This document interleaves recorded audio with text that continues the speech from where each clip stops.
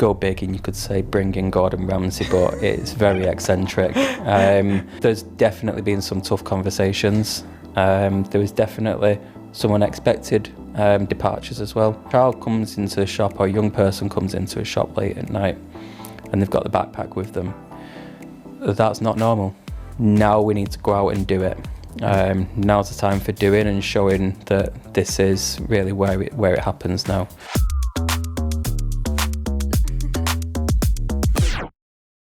Welcome to this Flip Dish podcast. Today I'm joined by Tom Corcoran, who's Group Head of Operations for Chicken Cottage. Tom, thank you so much for joining us. Really appreciate it. Feel like it's a big day today, right?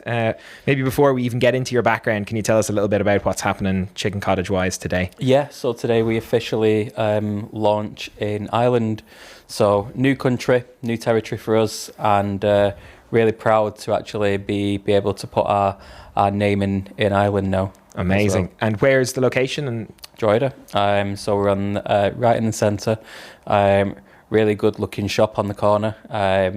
Great franchisee, and really looking forward to seeing what happens now. Yeah, I was out to see the location over Christmas. It is in a brilliant location to put a chicken shop. I think is absolutely amazing.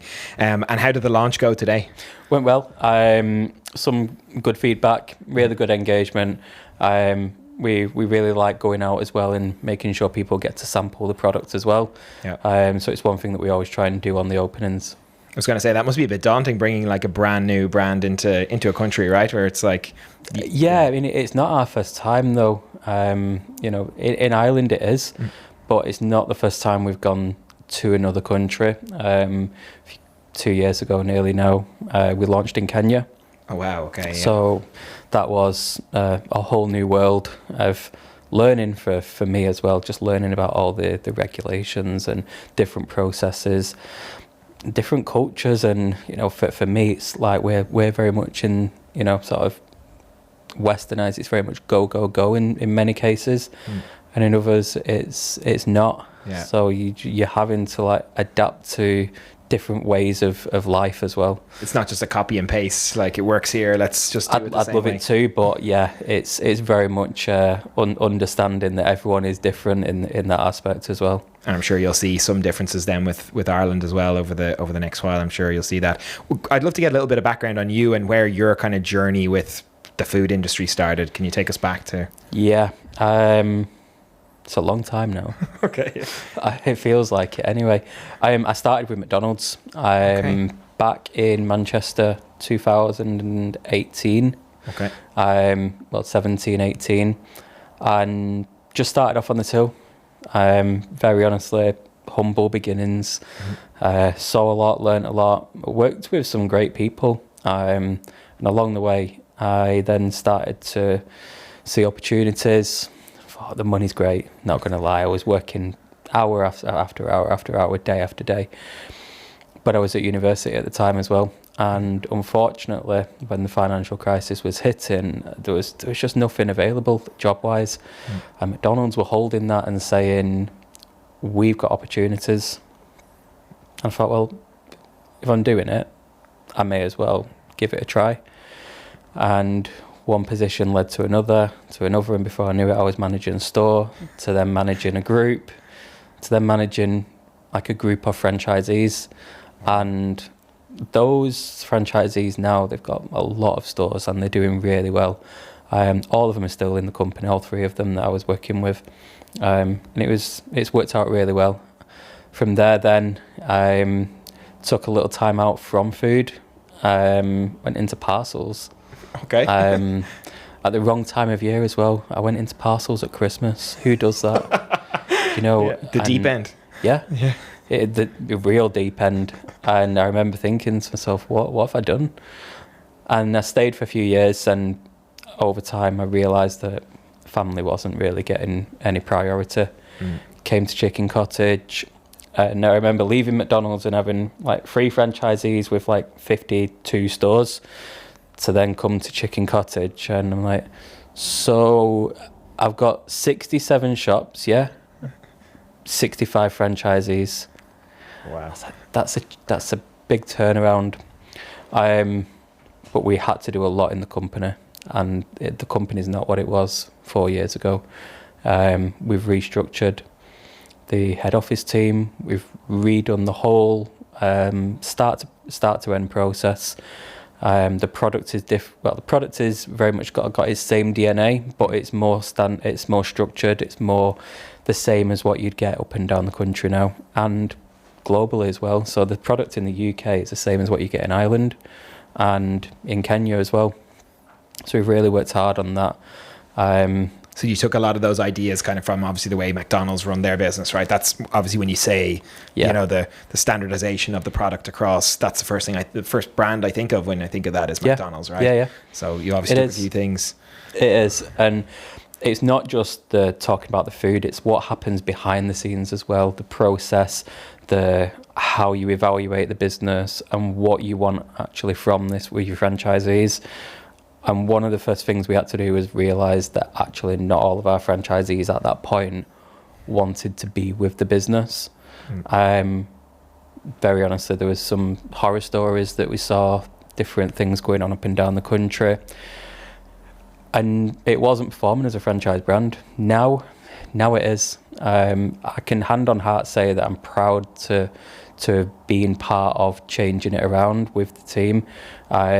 They've done a really good job of making it happen now. We've got a new operations team, new marketing, everything is working. And now we're starting to see the results from that. More people want to join, new countries want to work with us, new suppliers, and that's definitely the way that we want to continue.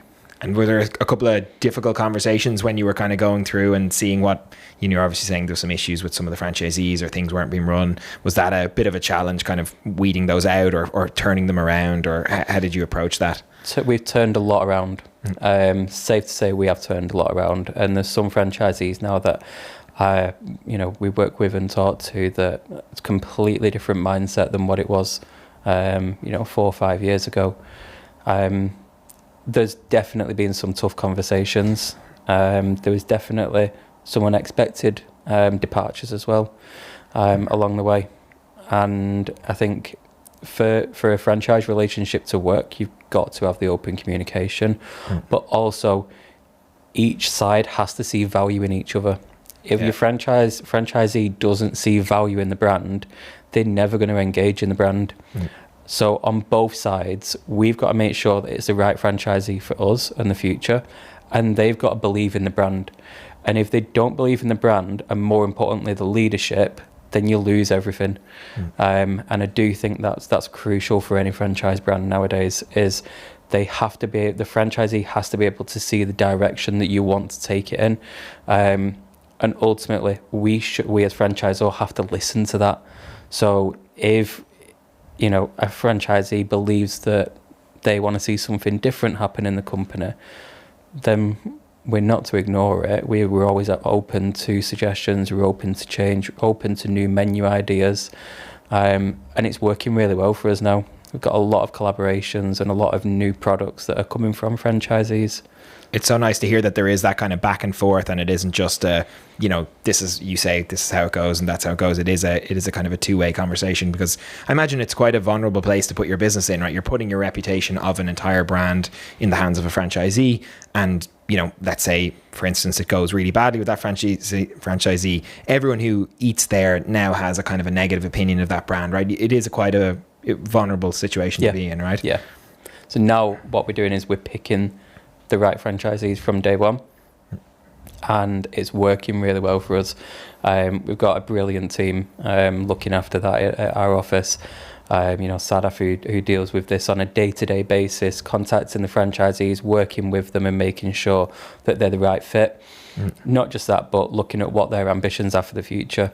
For us, we want to see people looking at site number 2, site number 3, and thinking about how they can grow themselves as well. It really does help when we understand what everyone's sort of end goal is. Amazing. And how long have you been working with Flipdish, and how has that relationship been so far? We've been working with Flipdish before it was Flipdish. Okay. Very honestly. So EPOS wise, we, as it was previously, we've worked with the guys obviously on that system for about 3.5 years now. Okay. Yeah. And along the way, I mean, I'll be honest, the reason why we looked at it in the first place was because we had an EPOS system that wasn't working for us. Okay. No support, high price, no support, and functions where, for me, the way that I've been brought into food is you're on the till and the user is that staff member. It's got to look right, it's got to feel right, and it's got to perform quickly. Yeah. We didn't have that in our old system, so we was looking for a new one, and we came across the guys with Babesh and Tariq, and we was quite overwhelmed and blown away with what they was actually doing, the way that they developed it themselves, but they understood what we needed like really well, and they showed us into a kitchen and said, look, this is how it performs, this is what it does. And it's like, do you know what, this is bang on for us, this is exactly what we need. And from that point we then started to drop in suggestions and ideas, what we wanted to see differently in terms of like reporting. For me, I like to see an operations report. I like to see it all in like a pie graph and pie chart, and for it to tell me how much of it is going to cost of goods, how much is going on labour, how much is associated with other costs, and managed to build that. We then wanted everything integrating with third-party delivery companies. That happened. And then over time, it's just got stronger and stronger and stronger. And then with Flipdish joining now, we see the end goal for us is the loyalty. And having the app involved as well now. So for anyone, who's in Ireland, can download the app straight away, and Chicken Cottage is there. And that's all 360. So if you're ordering online, if you're ordering in store, you're going to get your points. And that's one of the key selling points for us now with it. Don't get it wrong, the team in the background love the reports. And if they ever want anything or need anything changed, are unsure of anything, there's always support there. So, Forz has helped us out a lot with that, and Lauren in Ireland. So yeah, really, really happy with what we get in there. That's kind of the journey from start to end with Flipdish, and long may it continue. We're really, really keen to continue the growth with that. Fantastic. And is there, obviously you're using the web and app here in Ireland, is there thoughts of expanding that into the other markets, or what's the or is that too much of a spoiler? If it's available, that's what we want to be doing. For us, it's about making sure that customers are rewarded at every point of ordering. And that really is sort of the future for us, to make sure that happens. And speaking of expansion, then, other countries in mind or in the future? There is. So at the moment we're trading in Kenya. As of this year, we'll be opening Pakistan. Wow, okay. Great. We have an office there as well. We've been there before, and we are going back because, similar to what we've done in the UK, we've restructured it, redone the product, make sure the offering's right, and relaunch it in the right way. So our partner, our master franchise over there, Murad, he's working hard at the moment to get set up. We've got one store in development in Karachi. Amazing. So that's going to work out really well. And you'll be asked to provide a EPOS solution for us very soon. Fantastic. Well, we have a whole team out there in Karachi, as you know the team quite well from before it was Flipdish, as you mentioned. They were based there in Karachi at the moment. So we have about 50 staff in Karachi, so that's great. I'll be messaging the guys, being like, make sure you pop in for your lunch in Karachi. That's brilliant. They won't be working in your offices, they'll be working upstairs in the shop. Yeah. And I've been reading recently, then you had a bit of a partnership with the Children's Society. Is that correct? Yeah. We've been working on this in the background for a while, and for us, we wanted to look at a charity partner that really resonated with the brand.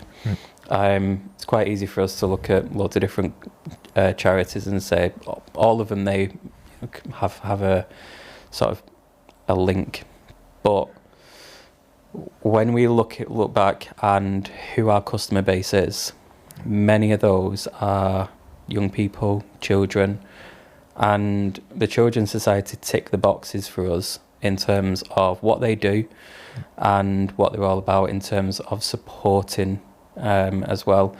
So for us, we're going to be doing training with our franchisees to make sure that they can spot like children in distress, what those signs look like. I mean, let's give an example. If a child comes into a shop or a young person comes into a shop late at night and they've got the backpack with them, that's not normal. They haven't been If home. it was my child who was out, who'd gone missing, I would want to know that there's somewhere safe for them to go. And if it's not the police, I mean, in central London, it's a daunting place at night, even for anyone of my age. So for them to be able to know that actually I can go to Chicken Cottage, they'll be able to help me out, that's important. And soon we'll be co-branding all of our packaging with Children's Society as well. So that's coming soon as well. And it's more about raising awareness. You know, this whole thing isn't just about raising money. It's about raising awareness, and it's about us as a brand doing the right thing. So I'm really proud of the work that we've done. It's been a long time coming. We've done a lot of setting up and setting the foundations for this. And I was in a meeting with everyone yesterday, and I said, right, we've talked about it. Now we need to go out and do it. Now's the time for doing and showing that this is really where it happens now. We had an interview with BBC as well, and similarly they asked, you know, why do you feel like it's the right thing to do? Youth services have dropped. You go into a Chicken Cottage and there's a lot of young guys, young teenagers, children all getting together and eating, and it's a warm place where people get together, have food, no matter what age you are, and we want to be known that our stores are that safe place. I think this really highlights the importance that like businesses like Chicken Cottage and those franchisees and everything of what a crucial role they play within the community, right? So it's not just, and I've talked to lots of Flip Dish customers on the podcast, and that topic always comes up about what role they should be playing. It's not just a place where you go and buy food. It's part of the culture or the area, and this just sounds like another step towards, you know, being an integral part of protecting the community, looking after the community you're in. Yeah, it is. You look at some of our stores, they're open late at night. Most of them are open till 10, 11 p.m. Some of them are open well into the early hours. So to be able to say that our stores are a place where you can go to if you need that sort of refuge, if you're at risk of exploitation, the franchisees are able to understand how to deal with that. So that's one thing that we're focusing on at the moment, is that training piece. Amazing. And you were on BBC, you were saying, was that a video piece or what was it? Radio. Radio, okay. Yeah. And how was that? It was, it was. You know what? It was, because I remember the sort of lead up to it, and they said, we've got a couple of questions for you, and I obviously I'd heard and seen them, and then there wasn't just them few questions. There was quite a few more, and I was like, I'm not prepared for this, but it went really well, to be fair. But ultimately, obviously, there's a team in the background that helped make that happen at our office, and yeah. You just were the one who had to go and do the speaking. You know what? We are actually making sure that, I mean, we've got another interview coming up soon with one of our franchisees. We was all okay to take part, but they're asking for, you know, other people to be a part of it. And many of our franchisees now are saying, yeah, I'll happily do it. I mean, even after the interview, the phone was ringing with franchisees saying, well done, I'm really proud of the company. For that to happen now compared to what the company used to be is just such a big turnaround of events. To say that franchisees are proud of the work that head office do. Yeah, that's fantastic. And to be getting that feedback yourself is nice to be out there. And I think that's the most important thing. And like you said, it was about getting that buy-in from the franchisees. So if they see, you know, great work like this with the Children's Society, I think that's a great step for kind of cementing that relationship as well, getting really bought in. Yeah, so I was going to ask then a little bit about just some quick fire questions then. A death row meal. What's your go-to if you were... Steak. Steak, okay. Do you know why? Because I just feel like if I was in that position, I'd be in there for a reason, and I would want to make it... I'd want something good. I'd want to make sure it was hand-reared Wagyu steak, and I'd want to be... I'd insist on being difficult. Yeah. Pick some vegetables that are out of season, so they have to delay it.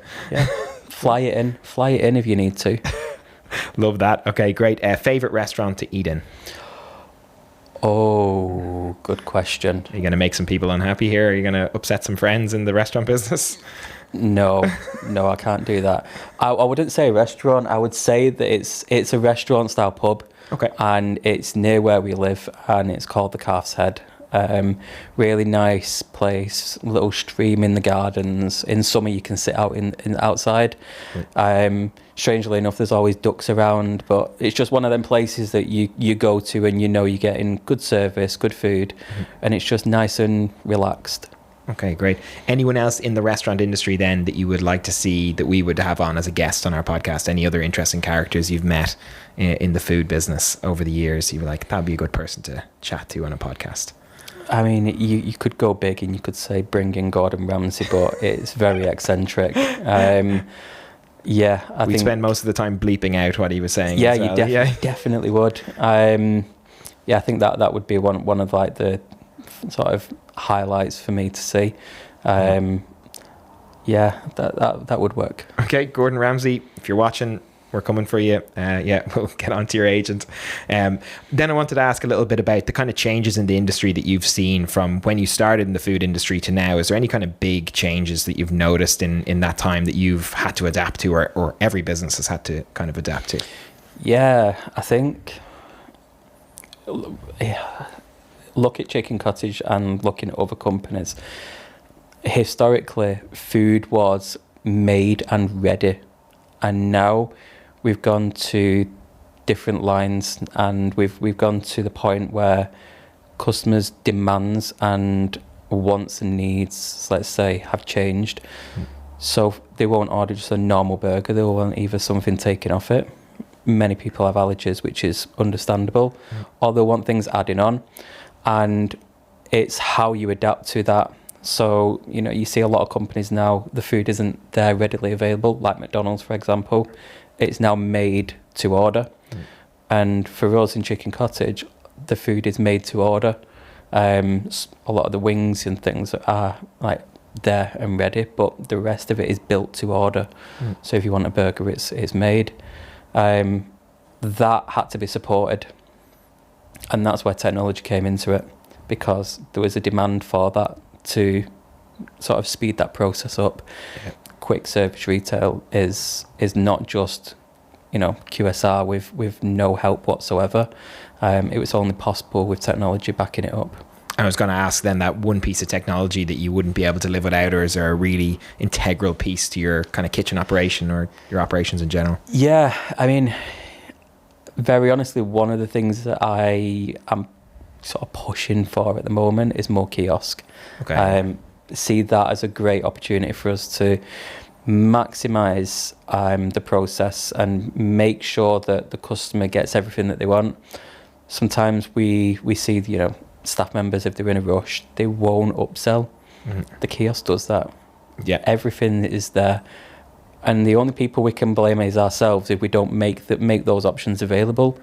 So for us, it's about making sure that kiosk really works. It does everything. It's got the offers. It's got all the upsells, and it then transfers the information back into the KDS. It's great that you're embracing that, because there's definitely I've definitely seen a shift just with kind of customer behaviors of how people are now more accustomed to using a kiosk or using a QR code or whatever it is to order rather than going to speak to someone. I think maybe COVID was a little bit of a part to play in that, because obviously a lot of people went remote or started using things like that. But I've definitely noticed, and I don't know if you've seen that as well, maybe the younger generations now are more inclined to not have to speak to anybody, keep the headphones in, up to the kiosk, order, get their food and get out, right? I mean, when I started on the till in McDonald's, it was, we had 6 tills on the counter, and every single one of them at weekend was staffed. And Wow. you would stand, you would talk to the customer, and the service level was different. Now customers' sort of attitudes and expectations have changed. It's more of a different service style in those settings. But I think good thing about Chicken Cottage, we still have that level of sort of communication at the counter. Franchisees are part of the community that they serve in, so it's good to see sort of that level of engagement still. It's all about giving a mix, right? Like some people are going to want to go in and have a chat with somebody and, you know, talk about, you know, small talk or the news or whatever, and then there's other people, like we said, who just want to go in, order and get out. So it's all about giving that option. I think going full one way or the other maybe doesn't always work. I've seen some companies that are saying, oh well, we're putting tills back into stores, but there's an argument to, you know, for and against, I think. Okay, yeah, absolutely. And I think we've seen it with one of our customers here in Ireland who went full tills, then they went kind of a half hybrid, half till model, and it's really working out for them. And I just think that's probably the right mix of what a customer wants, is just the option really to do either one. What does the next 12 months look like for Chicken Cottage? What at the end of 12 months, if we were to speak this time next year, what would a really good year? What would you be telling me? I'll be telling you that we've opened in Pakistan. Great. Yep. I'll be telling you that we're opening in Iraq. Wow. Okay. So that's great. We've been there before, and you know, whenever we say Iraq, some people will look and think, really, but when you look at it in terms of not the negative sides, there's a lot of positives. The country is a really beautiful place, and there's a lot of opportunity. Businesses are growing there.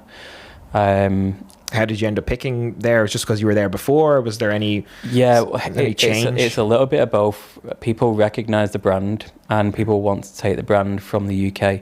So a lot of the people who visit the UK see the product, like the culture, and very much it's our DNA is halal. Okay, and it's that core value that transfers over to these countries. And there's no way on earth that we will ever sort of drop that in any way whatsoever. It's so wound into everything that we do, and even as, you know, non-Muslim myself, we still understand, we still respect everything about it. So that's one of the main reasons why we're growing in these areas as well. And it opens up the food to a whole other range of people, right? Then once you're catering to halal, everybody can eat that, right? So absolutely. It's definitely the right thing for us to be doing. What else would I be saying? I'd be saying that we've achieved 75 stores in the UK. Yep. So we're back to, you know, solid growth year on year, and some new and exciting menu items that we've got coming up. Anything that you can tell us about? Too soon to say? Yeah, I'll drop one in. We've been playing with different desserts lately, different cheesecake flavours. They've been doing really well. We've had an after 8 one, and we've now got a Biscoff, but the Biscoff is my favourite. We've got Oreo coming up, and we've also got loaded fries. So something different to the menu. Loaded fries should really see us entering a whole new sort of category then. Love that. You had me at after 8. Love a bit of Oreo. I think that's amazing. And if, just as kind of one of my kind of final questions for you, if someone comes into Chicken Cottage and they're going to order something from the menu, what are you recommending? What is that thing that you have to, if the first time you're ever eating there, what do you have to have? I would go for grilled chicken. Okay. It's only because a lot of people don't expect it to be so good. Okay. Catches them by surprise. We put so much time and effort into making sure that it is good. I mean, the equipment company that we work with, Euro Catering, their development chef is so on it with making sure that our product is right. Yeah. It's great for someone from another company to care so much about your product. So yeah, I'd be recommending that, and maybe with rice as well. I was going to ask what sides are going with this. Where are the upsells? And I'd say rice because I'm trying to lose weight myself at the moment. It's the healthy option. That's the only that's one of the selfish reasons why. And grilled chicken would be relatively in the healthy bracket as well. It is, yeah. I mean, if you look in some of our stores, we've got for this time of year, we've got screens that are meals under 700 calories. Wow. Okay. Great. So we've gone down the lines of making it known that grilled chicken is actually healthier. Yeah, and I think people there's kind of maybe an idea that places like this, this is cheat meal stuff. You can only go there if you're like once a month or once whenever you're doing your cheat meal, and it's really not the case, is it? Because you can actually get something that is get your protein out of it. Absolutely, which is great. Well, Tom, I want to thank you so much for coming in, because I know it's been probably a whirlwind tour of Ireland, so I really appreciate you taking the time to come and chat to us. And best of luck with the Irish store. Thank you very much. No problem.